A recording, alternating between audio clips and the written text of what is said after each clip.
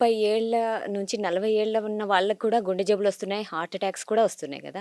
So, వాళ్ళు ఎలాంటి జాగ్రత్తలు ఇన్ ద సెన్స్ ఎలాంటి టెస్ట్‌లు చేయించుకోవడం మంచిదని మీరంటారు? 30 ఏళ్ల నుంచి 40 ఏళ్ల మధ్యలో మీరన్నారు. అది అస్సలు ఆశ్చర్యం కాదండి. 30-40 చాలా మందిని చూస్తాం. 20-30 తక్కువ మందిని చూస్తాం.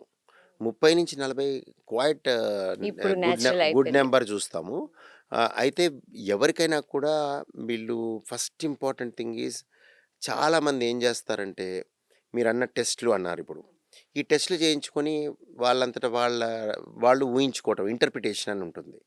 ఇది మన మన దేశంలోనే జరుగుద్ది. ఎందుకంటే ఇక్కడ రెగ్యులేషన్ ఆఫ్ సిస్టమ్ లేదు. మన ట్రాఫిక్ లాగే. అంటే మనకి లా ఉంది, అన్నీ ఉన్నాయి. బట్ రెగ్యులేషన్ లేదు. అంటే నువ్వు ఎన్ఫోర్స్‌మెంట్ లేదు. అంటే టెస్ట్ నువ్వెప్పుడు కూడా డాక్టర్ చెప్పకుండా టెస్టే చేయకూడదు. ఓకే.